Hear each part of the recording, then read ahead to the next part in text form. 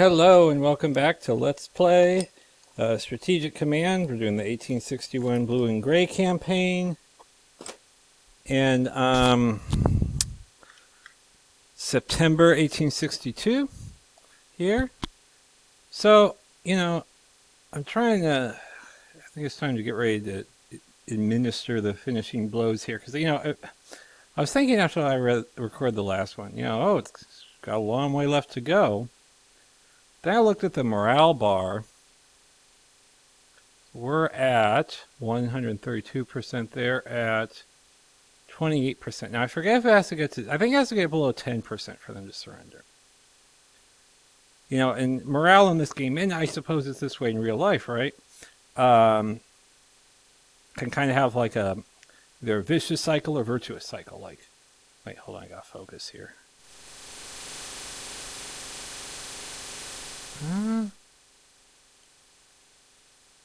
A low morale. I actually think I might be able to. What's up here? Oh, they already moved. That's right. This is. I didn't finish my turn. Alright.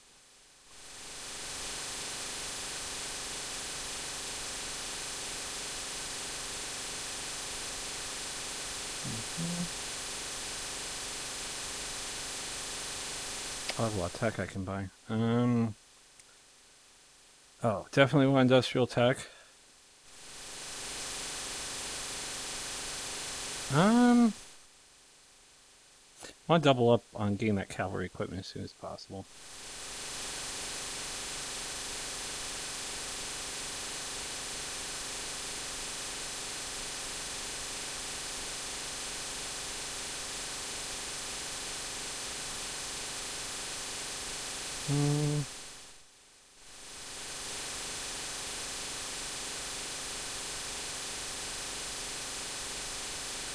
Have that.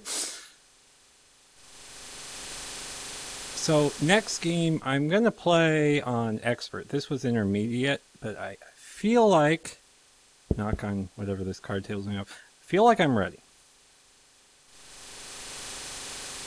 Luke Skywalker. All right, said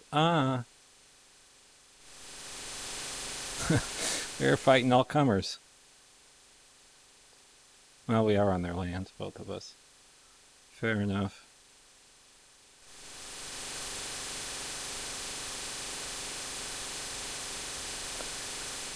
So, I was thinking about how I want to finish this up. So, the British are close to coming in. Them coming in might be the straw that breaks the camel's back as far as Union morale is concerned.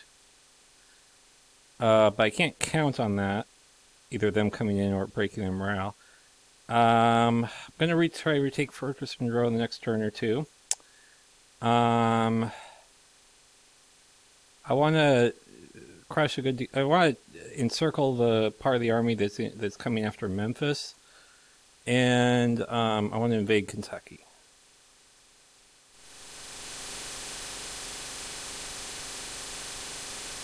So it's not very... Well, I'll talk about that in a minute. I also think I might try investing a bit more, or significantly more in the Navy, maybe. I don't know. I haven't decided. Maybe on another game. I want to try it my first. Maybe I want to take too many risks my first time on expert. This seemed to have worked well. What I won't do, there are some things I won't do next time. So, I love the whole concept in the Mexico campaign. They did a beautiful job with the way they've laid that out. The only thing is that, two things. One, if I can again get away with my poor man's New Mexico campaign. The other is, which I got away with it for a little bit. The other is, if I'm trying to achieve a quick victory, unless you put the bulk of your units there early on, which I wouldn't probably do unless I'm just doing it for the heck of it. You're not really going to see the fruits of that victory till maybe 1863. It's a long way to Denver, even if you're encountering token opposition.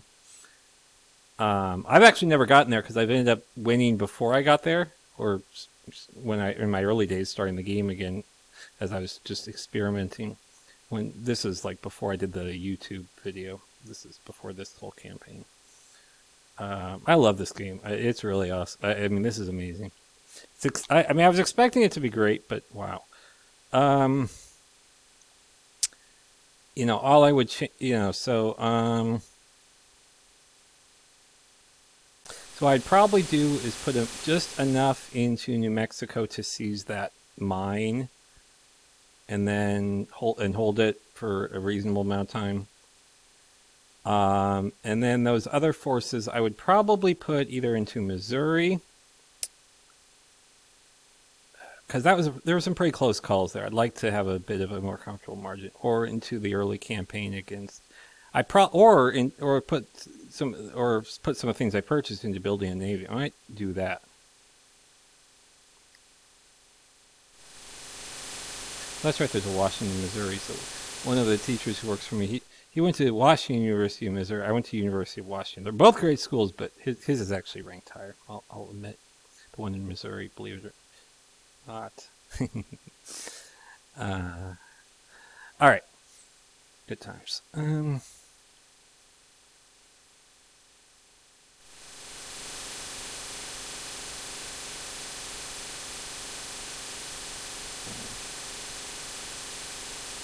Okay, now screw it.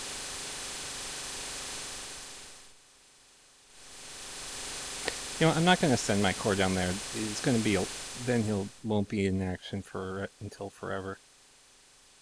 I shouldn't have even gone down that road with him. But I wasn't 100% sure what they were going to have in my defense.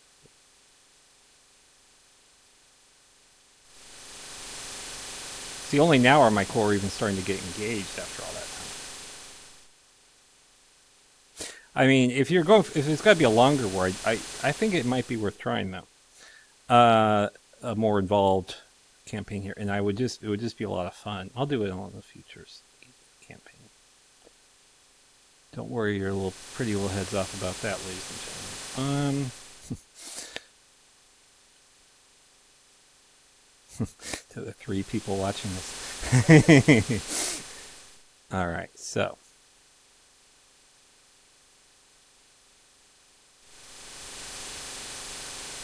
Okay. Oh, I have plenty of money. All right. Should also make a habit of doing Missouri first, because that's the one you forget the most. Even though it's a lot of fun.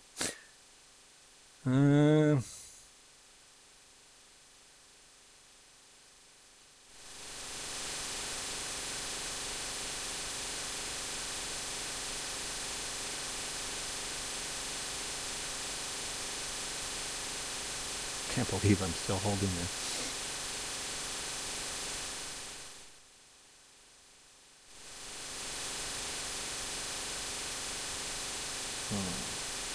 Oh, okay. I know where I'm going with you, but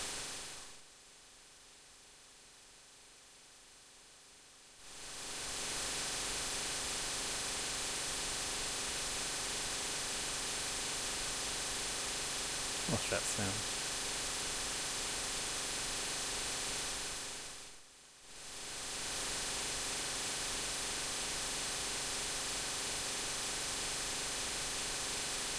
Okay, let's come there with something a lot more serious.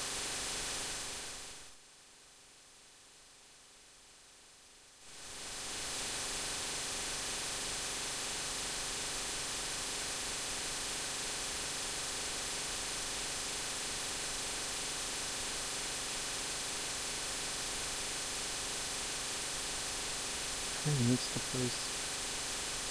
Yep.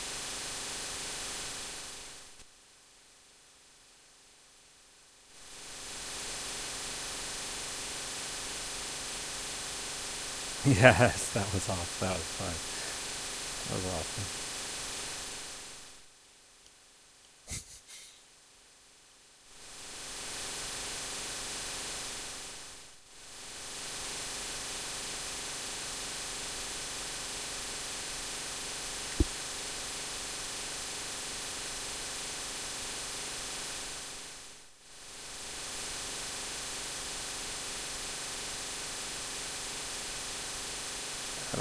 them for so long.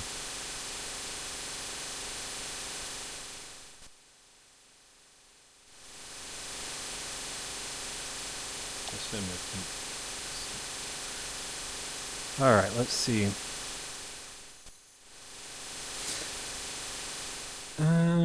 You know, in reality, Longstreet was kind of detached from one of these campaigns. It wasn't. It wasn't here though. It was against. Not sure where exactly it was. It was somewhere around here. In this, it was in the. Yeah, somewhere around here. It was in the Smithfield region in late. And he was there until the spring 1863 when he was recalled when Hooker came down south for what was the Chancellorsville campaign. And because of that, Longstreet missed out on Chancellorsville. And hold on a second. Have I built a fort there? Oh, I have not used his time efficiently. No, sir.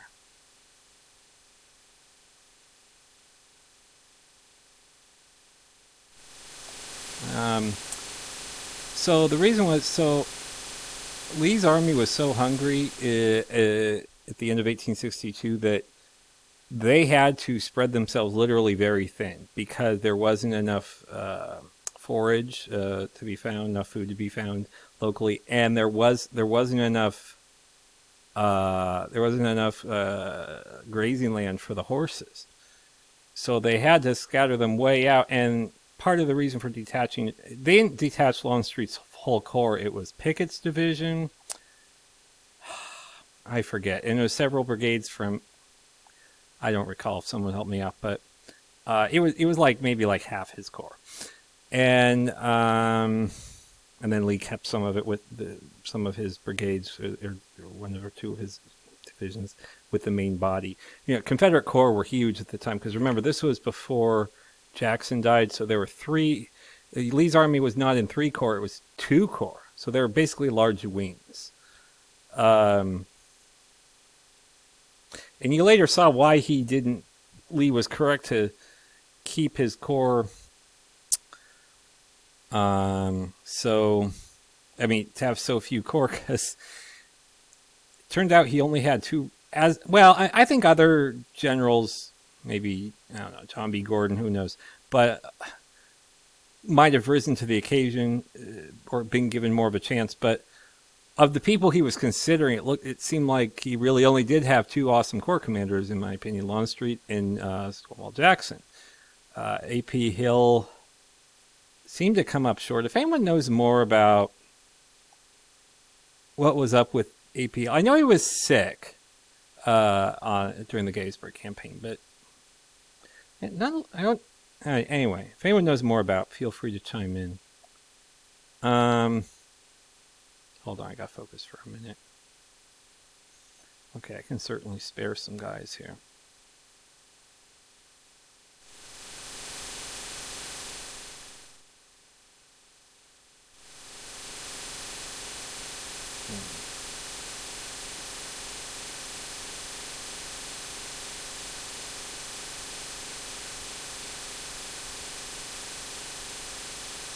I need some more, yeah, I need some more units who are kind of like building blocks for encircling. I'll show you what I mean in a second.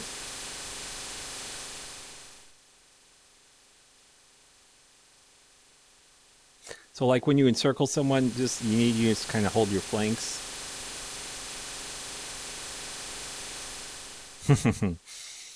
Aw. Feel a little sad when I like the balloons. I haven't even bought one. I did all that research. I haven't even bought one. What the hell's wrong with me?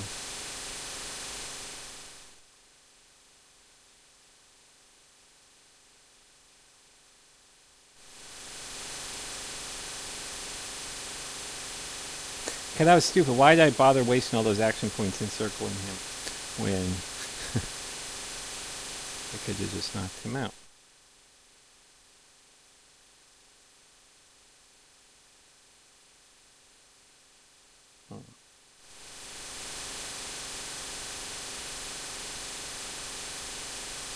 Oh, I didn't mean to do that, but okay. Oh, that's a core, not a division here. Alright, now this guy I might want to encircle.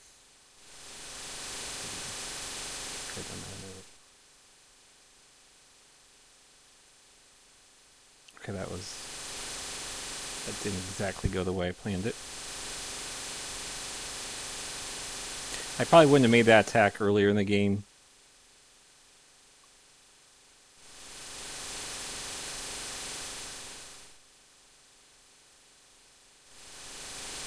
Hooker. All right. Speaking of Chancellorsville. Oh yeah. So, um, and the reason Lee's army was so hungry, I've always wondered about this because is my history professor pointed out, U.S. history professor, when in the South, when the Civil War started, the North was actually the world's most. If it were a separate nation, like the world's nation was the second highest per capita income in the world, and but the South would have been the fourth largest. And so, I mean, here's by the standards of the time, a wealthy nation, or I mean, not a nation, but trying to be a nation, wealthy region. Um, that okay, Gordon, I'm gonna move by rail to here. We have him cooperate here. Yet there, I'd always wondered in the past when I was younger, why were their armies always hungry? It seemed like they have all this farmland. Yes, I know a lot of it was growing cotton and tobacco, but still, and it actually wasn't that there wasn't enough food overall. It was that the Confederate rail system was in such a horrible state. Now, it was partly that the Confederates had again, I don't know, I'm guessing he was a Davis appointee, or Davis could have done something about it. But, so, well, let me, for contrast's sake, so Herman Haupt was the head of the Union rail, basically, I'm not sure the exact office, but he was our railroad guy for the Union World War. Sorry, it's been a long day. During the Civil War. And he was amazing. He was really pioneer modern warfare. And by the way, here's how pioneering we were. You think of efficiency, you think of efficient mobilization. Who do you think of? Like the Prussians, the Germans.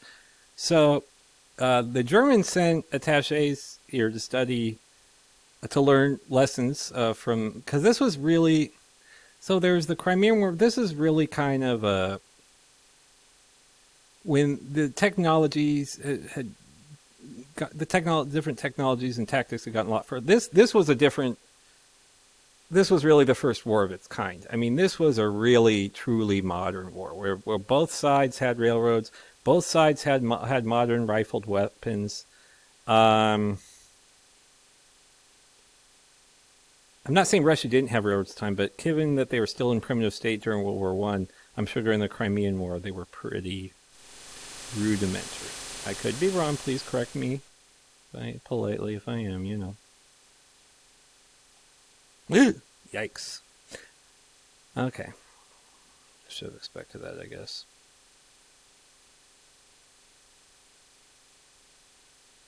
I've given up on waiting for him to come down here. I think he's not going to. Given that we have bigger fish to fry right now.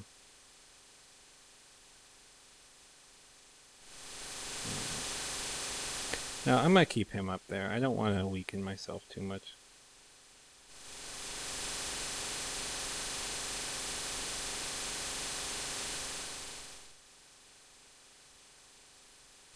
I'm actually thinking about it. No, don't.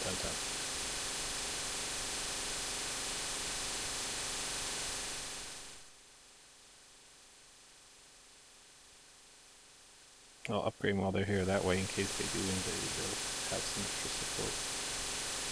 Stop to block them. There's so many things wrong with that sentence. Oh yeah. So, Chancellorsville. So, and Lawn Street. Really stall them as much as possible. Wow. All right. How far am I from core organization again? Ways. Oh, wow. A lot to do.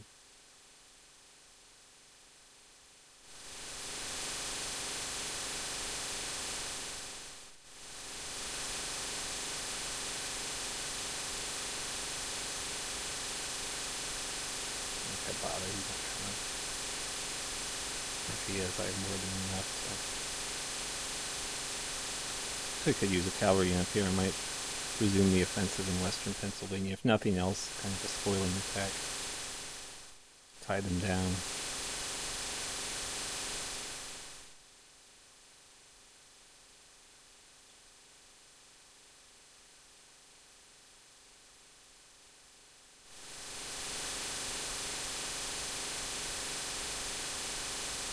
Where am I at? I think I'm still getting points for the, because I am forgot. I actually am still invading the north. All right, there we go. Okay, so now I can talk a little bit more. I can only walk and chew gum at the same time to such an extent. I got to work on that skill. So So I believe at the beginning of at the outset of the Civil War, the South had about 1/10 of the miles of railroad track that the North did. Oh man, look, they're really. Oh my God, no wonder I'm right now. Man. Wilmington, Savannah. Okay, yeah. You know what would be awesome? And this is what an economic econ. If they had like a tab for like the price of cotton on here. Ooh, British mobilization reached 70%. And like anyway, you could choose when exactly you want to sell it. You know what my sorry, I'm all over the map today. One of my one game I really love, I might play it on here soon, is Lords of the Realm. The first one, I love the economics of cotton there. Maybe I'll play that next. If you have an old school game you'd like me to play, let me know. I was thinking about Panzer General, Lords of the Realm, Fields of Glory, not the newer one, the older one, the one in 94 with Napoleon. That one's a lot of fun, but Command and Control is really... And maybe I just don't know the proper way to do it, but it's really hard to keep everyone, doing what they're supposed to. And I guess that's how real war is. I mean, you look at Gettysburg, for example. That's the problem Lee had, although I'm not into the discretionary orders like Lee. It's more like, no, just take it. take the damn hill. So that was why Lee's army was hungry all the time. Was there wasn't the Confederate railroads were poorly managed, and they also didn't have enough rolling stock, enough everything to keep enough supplies going to Lee to maintain his army in the field. Not just Lee, other armies too. And so, although Lee's army was many times the largest, so And also, unlike one problem, particularly for Lee's army, was almost a victim of his success holding the Union in place was that since so much of the fighting was in the same place, and this is part of why he wanted to invade the North both times, the land in Virginia was pretty picked over. And so that means you're more dependent on rail supply. Whereas in the West, whether they were advancing or retreating, it was often new ground. So the reason Lee detached Longstreet was so not too much of his army was concentrated where there wasn't enough forage for everyone. The other thing was Smithfield region is known for, and still is for one author said, for its hams. Okay, so by keeping the Union at bay there, he was also able to just get whole wagon trains full of food and ship them back to Army of Northern Virginia, so they wouldn't all starve. But Lee, in my opinion, hindsight's 20/20, but he had to know the Union was going to attack. He had to know they would by May. They're not going to. Anyway, I mean, there's got to be a lot of pressure from Lincoln. Considering Hooker styled himself Fighting Joe Hooker, or as Lee, this is kind of funny, Lee called him Mr. F.J. Hooker. I can't do Lee, but I don't know. I think it would be surprising more if they didn't come in the late spring. So Lee had waited a while to pull Longstreet back because Lee was warned. Lee was warned by Longstreet, and Lee knew Longstreet also. God love him, he wasn't known for being the fastest general, and Longstreet warned him, look, I need enough notice when you need me. You can't just get everyone on a train the next day and get them to Richmond, especially not with the Confederate railroad system. So, of course, as soon as he knew the Union was on the offensive, he recalled Longstreet, but Longstreet wasn't there until the battle was well over. And it's interesting, that could be an interesting what if, too. Like, what if the Confederates had a better railroad system? He wouldn't have had to detach Longstreet. And he wouldn't have lost as many men due to disease and a lot of times they were malnourished. Um, And I'm amazed Lee never. Maybe he did. Correct me if I'm wrong. It seemed like he might have done more to lean on Davis more to like seriously, guys. Can we get some food? Um, I don't know. Maybe I'm wrong on that. Of course, maybe Lee was politically smart to do that because if Davis, this was another reason I don't like Davis. Davis couldn't tolerate. No one likes to be criticized, but Davis couldn't tolerate any criticism. And if you're going to go into politics in a free society, you have to be able to withstand criticism. It's just part of the game. And it always was. I mean, you look at even the first real campaign where political parties were involved with, or John Adams versus Thomas Jefferson. They were alleging the whole thing about Sally Hemings and the affair with the alleged 14-year-old slave. Yeah, that was in the papers. American politics has been mean and nasty for a long time. It's not a new thing. I'm almost starting to. Sorry, I'm getting way off track. Starting to wonder, with my generation and the millennials, I'm a Generation Xer. So much of our young life was in the digital age that I'm not sure it's going to be as easy to hold things against everyone because it's all going to be out there for everyone who runs for office.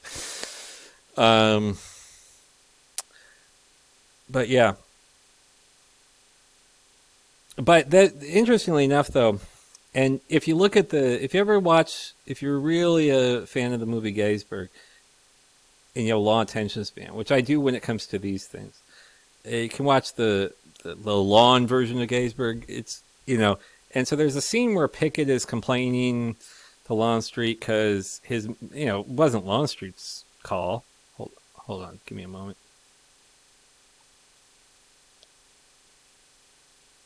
Oh, I should have moved that gun forward. Silly me. I mean, it may not matter, but okay, I'm gonna move him first so that way he can get out of the way.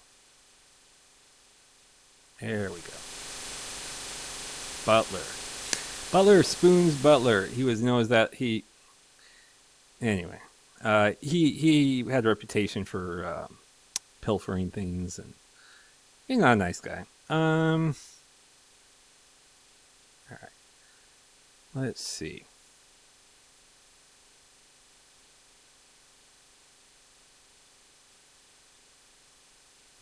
Fortress at Sports in the way again. Oh, there is a rail one. Okay, good. Yeah, he's not going to make it to a railhead, but like I'm forgetting something. Neither will Longstreet as of yet. See if we can cause some mischief.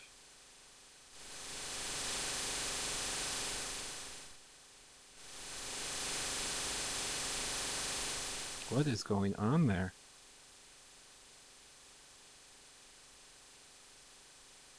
I mean, that's more than a blockade.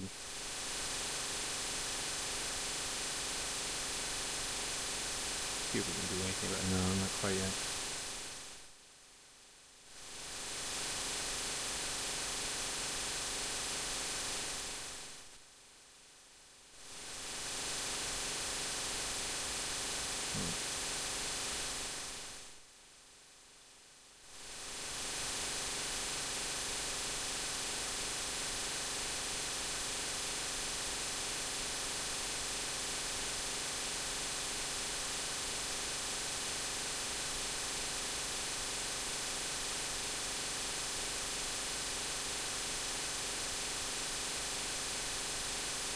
Oh, here it comes again. All right.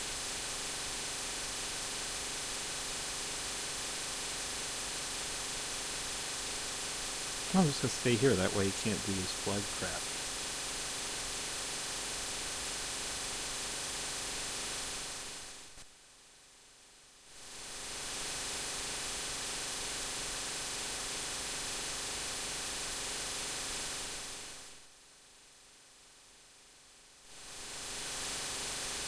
Yep.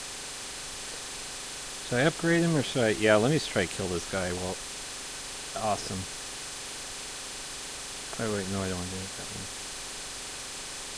I'll get him moving.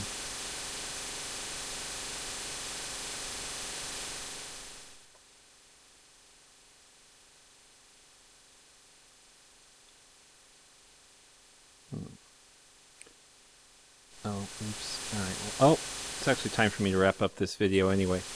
Alright, thank you very much for joining. We'll be back shortly.